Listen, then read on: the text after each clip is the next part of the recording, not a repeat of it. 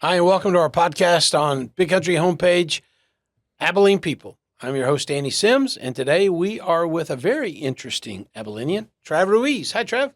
Hey, Danny. Thanks so much for having me. And how are you? Hey, I'm wonderful. It is December, and it's a good time of year, so lots of joy around. Because we're going to get into this. You are a corporate recruiter for our parent company, Nexstar Media Incorporated, and you travel all the time. So it must be nice to have a season of holidays where you get to stay home.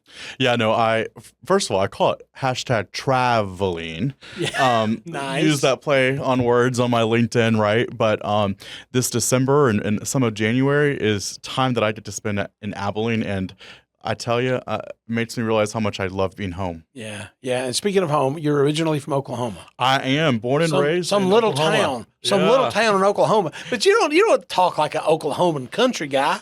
No, Guymon, Oklahoma is my home. It's a town of about 12,000 people, and that's where I come from. And I'm still an Okie, if you will, but I do claim Texas. I went to school in Texas, and the county in which I was raised in Oklahoma is Texas County, Oklahoma. Well, so literally a Texan. Yeah. And you did go to college at West Texas A&M. Yeah, right? that's right. Some people know it as West Texas State. Which that's what I started to say. Yeah, back in the day. The Buffaloes. Yeah, the Buffs. And WT, that was a great time. So always when I say go Buffs, a great school there. So you majored in mass communication and broadcasting. Did you want to be a broadcaster? Since I was probably 2 or 3 years old, watched the news since the day I could. And I always tell folks I used to actually sit in my bedroom and I would read the closed captioning or the news ticker as my teleprompter. I had my own little makeshift studio. I always knew that I wanted to do TV news. Really? Yeah. And but you became pretty quickly after a stint in Amarillo, and if I remember, Colorado Springs. Yeah. But then you came back to Amarillo and then to Abilene as the news director here for KTAB, KRBC, and Telemundo. Yeah. But you were news director. You were on camera some, but you were the big boss. Yeah, I didn't realize. I always wanted to be a reporter or an anchor, tell people stories. That was where my heart was. But I think I've always been a visionary, someone who liked to see things come to fruition, right? And so quickly found myself in leadership positions and realized, hey, I actually want to be a news director. And so always put myself in. Sometimes you have to thrust yourself into positions that you want. And so I thrust myself into positions. And before I knew it, became an assistant news director back at my home station in Amarillo. And then LinkedIn is the reason that I landed in Abilene 9 years ago, almost. Yeah, you didn't know Albert Gutierrez who hired you or anybody, and you found out, applied, knocked it out of the park in your interview, obviously. But you immediately followed the very popular, well-known Megan Dobbs as news director. And so, it was a big shoes to fill, and you did well. Well, thank you. I when I'm out recruiting students, I always tell them, don't underestimate yourself. Albert took a chance on a 26-year-old know-it-all, didn't know anything person. That's me. Wait, that describes all of us when we're 26, doesn't it? That's true, right? And I always say this. I was 26 years old, and I was the boss of Bob Bartlett. Yeah, wow. Think about that. Yeah, and really, what an amazing. I tell folks I could write a book on a millennial managing a baby boomer. Yeah, and Bob's a legend. He's awesome. He's awesome, and he's been. I got to tell you real quick. Bob sat in that chair one day for the podcast. Yeah, and at the end of it, he on the podcast he said, "Well, this wasn't as bad as I thought it was going to be." See, he does just got to embrace things, Bob, which he does. But it was wonderful to get to work with Bob and still get to work with Bob. Yeah. So we're going to get back to journalism and all of that stuff, but I want to talk about your civic engagement. You moved to Abilene, like you say, almost 10 years ago now.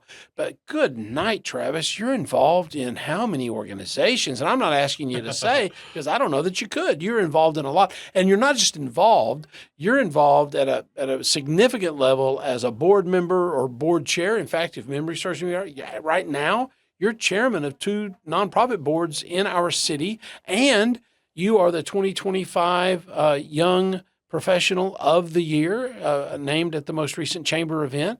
I mean, you are as engaged as anybody in this city. And how do you do it, and why do you do it? Well, thank you.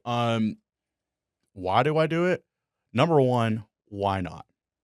I have long said that if you want to be a part of something great and make it greater, you've got to be a part of it. You don't want to be left out. And I'm a big fan of finding your community wherever you are and however that looks. And for me, it was getting plugged in to several of these nonprofits, several of these civic organizations. Being involved has been the reason for the joy that I love Abilene. I remember it was my first week of working here in Abilene. So this is February of 2017. And Albert, my boss, of course, brought in Mark Rogers. And Mark Rogers was the executive director, market president of Big Brothers Big Sisters. We all know what Big Brothers Big Sisters does. They mentor children, right? And so that was the first area that I got engaged in. And I do credit a lot, obviously, to Albert, but to Mark Rogers and showing me the joy of helping others, particularly our youth. You and Mark became really close personal friends. Yeah. And of course, he died in a tragic accident, and that had to impact you because somebody in this town that you had adopted and that had adopted you, who is arguably one of your closest friends and mentors. How did you cope with that? If you don't mind me asking. Yeah, no, of course. First of all, I was Mark's friend, but we were all Mark's friend. Because literally, and I know this is so cliche to say, but Mark didn't know a stranger. Everyone was his friend, and he made everyone feel special. And Mark was my friend. He was my neighbor.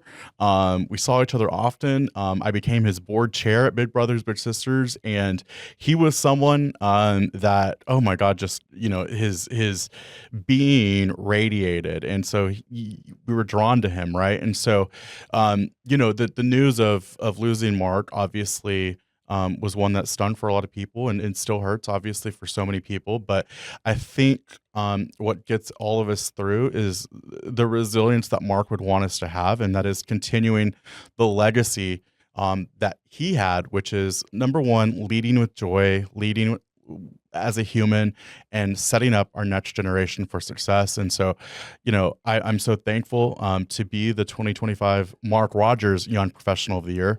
The award's named after our friend Mark, and I'm so honored to carry that legacy that Mark instilled in so many of us. And he's someone that I will always make sure that I honor, and that this town, I know, will continue to honor.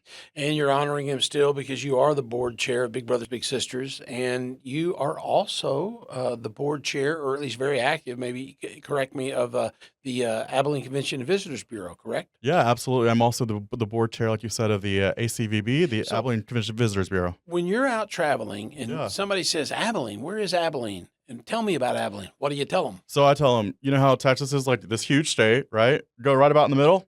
That's where Abilene is. Just go a little bit north.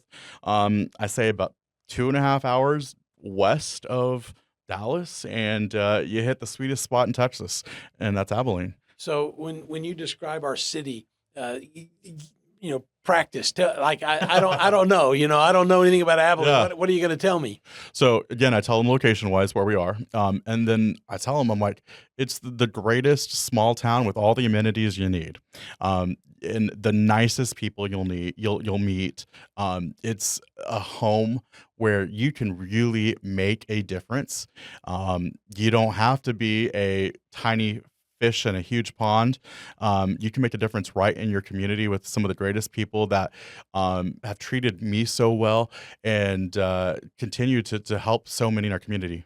You have really set the standard, I think. Not that you were from Abilene and decided to stay, but as a young professional that has stayed in Abilene. Because when you got the corporate gig for Nexstar, you could have moved pretty much anywhere. Yeah. I'm assuming. I mean, Yeah, I've never talked to you about I it. but work mainly remotely. So I do work from home and do travel. And so I literally, tomorrow I could up and move to Dallas, which would, it's where we're headquartered in Irving. I could, but I choose Abilene because of the community that is here. I also choose it because of the amazing cost of living that we have in Abilene. All of the great things. Like, there's nowhere better to be that is growing, is embracing. Yeah, and plus, man, we have this little local bubble of economy going on because of these data centers. You know, there's so much going on in Abilene.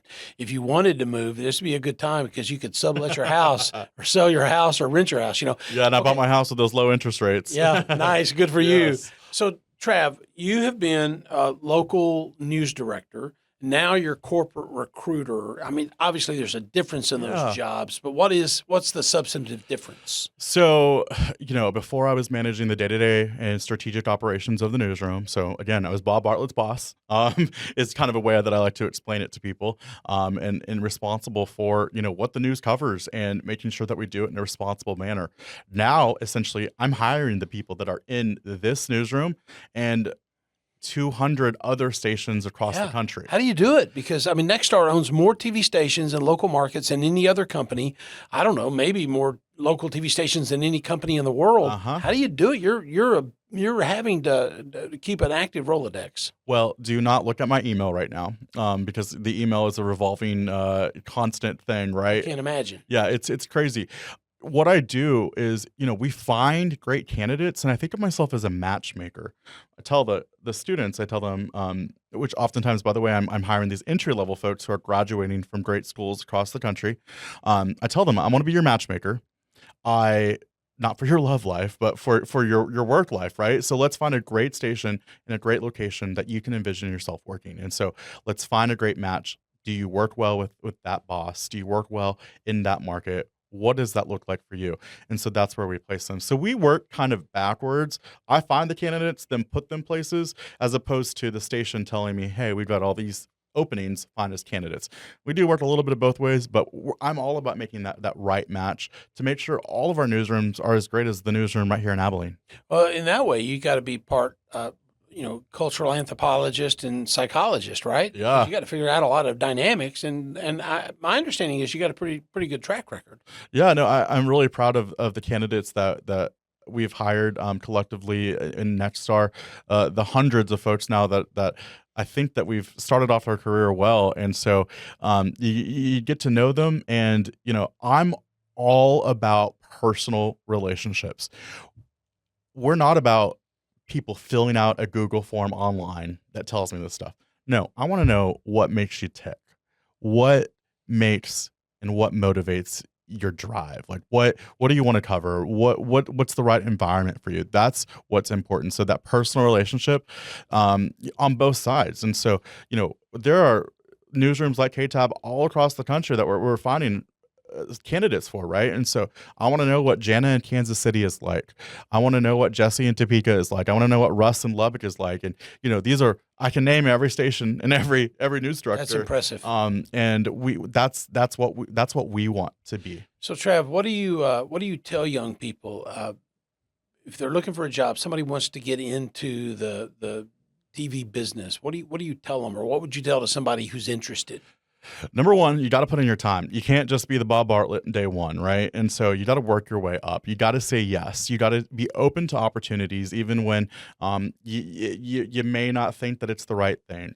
Take care of yourself, obviously, your mental, your physical well-being. That's really important. But when you're able, say yes to opportunities. Don't be afraid of embracing new things. I can't tell you how many times we've put people in places they're like, oh my God, thanks for letting me do this because now I love this. Yeah. And so be open to those different opportunities, be willing to work hard, and get ready for the ride of a lifetime.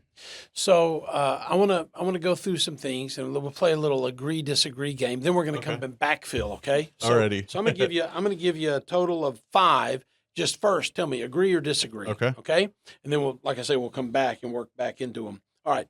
Newsrooms today and local TV stations are under intense pressure. Agree or disagree?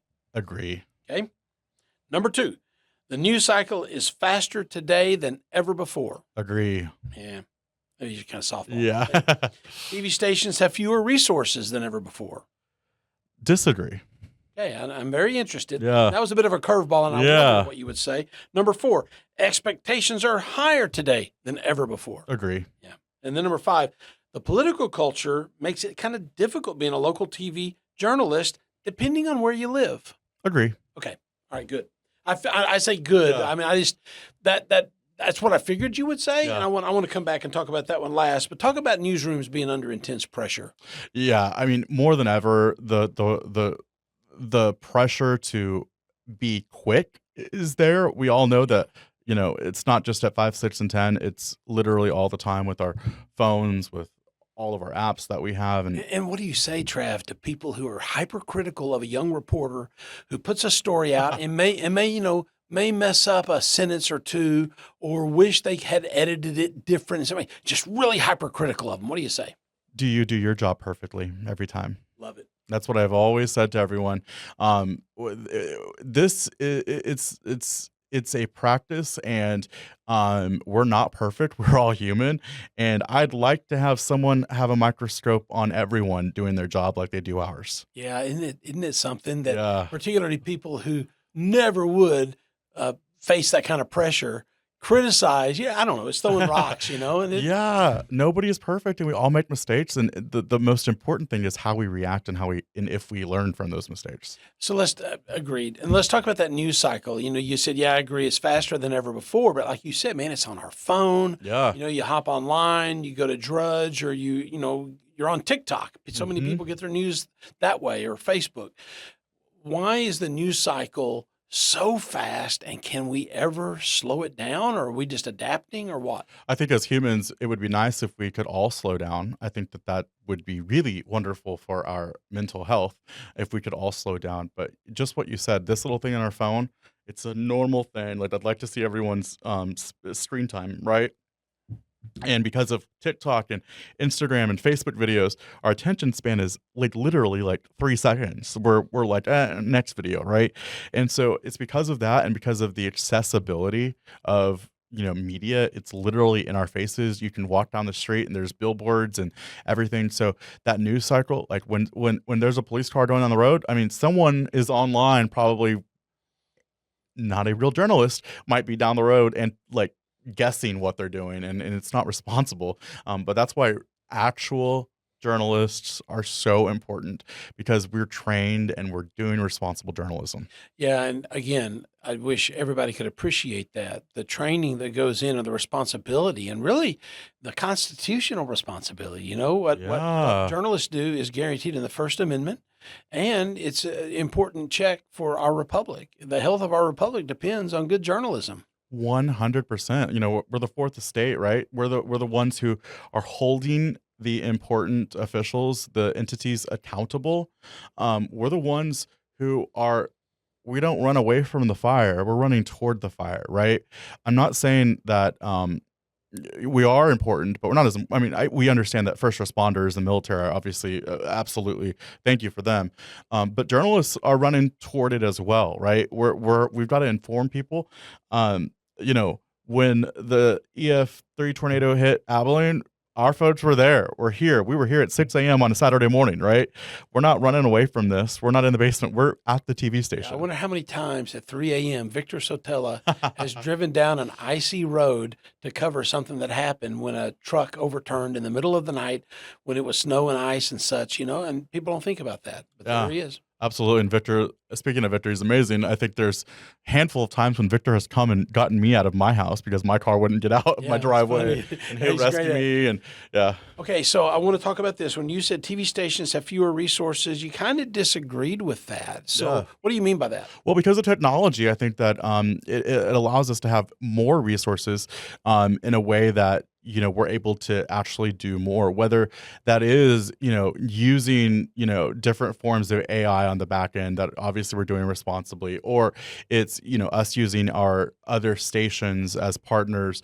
We're really afforded these different opportunities. The technology right here in this room, Danny, I think is testament that it's more resources than we had Yeah. before, and we're in more places. We have to be. Yeah, I want to quickly we got a couple more of these, and then we'll start wrapping up. But I want to visit about something. Our company, for which you are senior recruitment officer, has recently acquired Tegna, Yeah. and depending on what the FCC does or doesn't do, that deal will come pretty soon. And then who knows, if the FCC changes laws and rules. I wanted to just say, when our ultimate boss, the CEO of Nexstar Media Group, was here sitting in the chair you're sitting in, He essentially said, look, we're competing against Meta and all of the digital companies, and nobody's regulating them. We've got to have a fair shake. I think I got my mind around that part of it. But I want to ask you as a journalist, are you concerned that if in Abilene, Nexstar owned all the TV stations, are you concerned about a monolithic voice or a lack of competition? Or do you think it's incumbent upon the TV stations to have a sense of I don't know, integrity and jurisprudence for us as a people and giving both sides of a story? What do you think about all that? Well, I think the fundamental one of the fundamental values of journalists, and particularly Nexstar journalists, is to be accurate and to be fair. So I'm not worried about that. I think that what we do as Nexstar journalists will always be accurate and fair, and that's the thing that we're all assigned to do.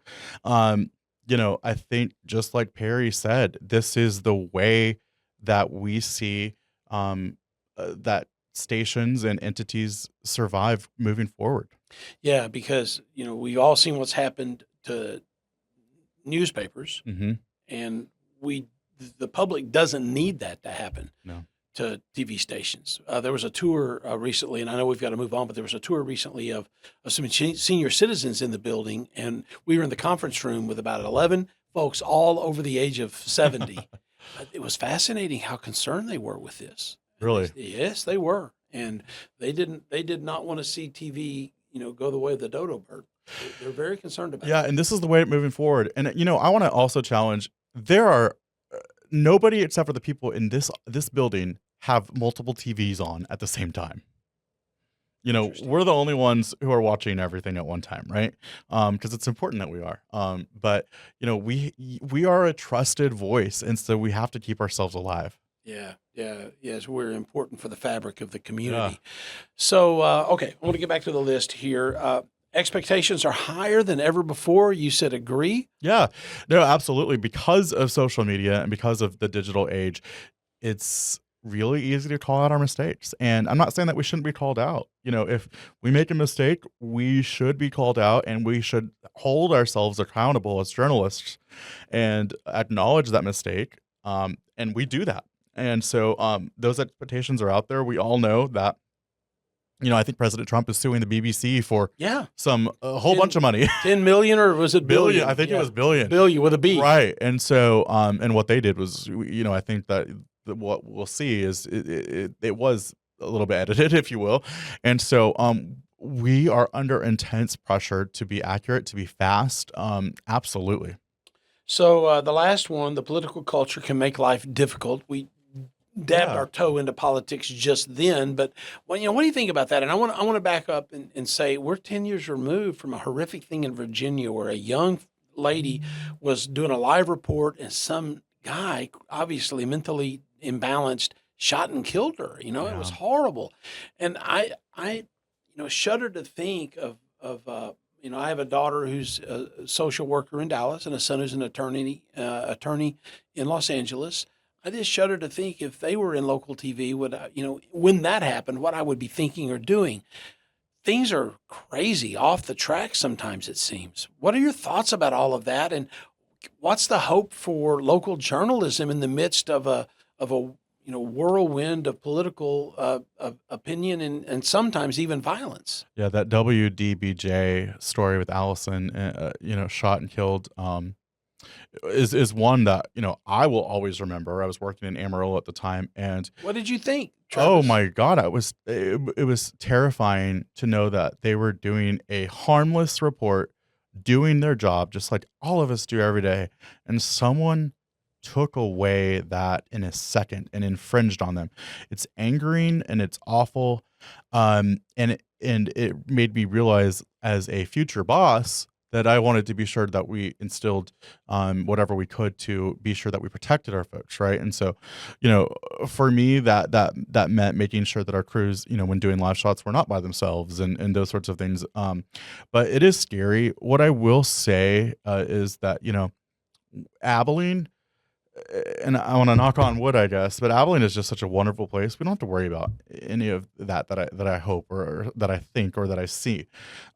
Abilene is different in that I don't want to say we're in a bubble, but people are nice here. and we love people here, and people love us, and we love that kind of community sense that we bring. And so the political tensions, um, the local stations don't really deal with that a whole bunch, right?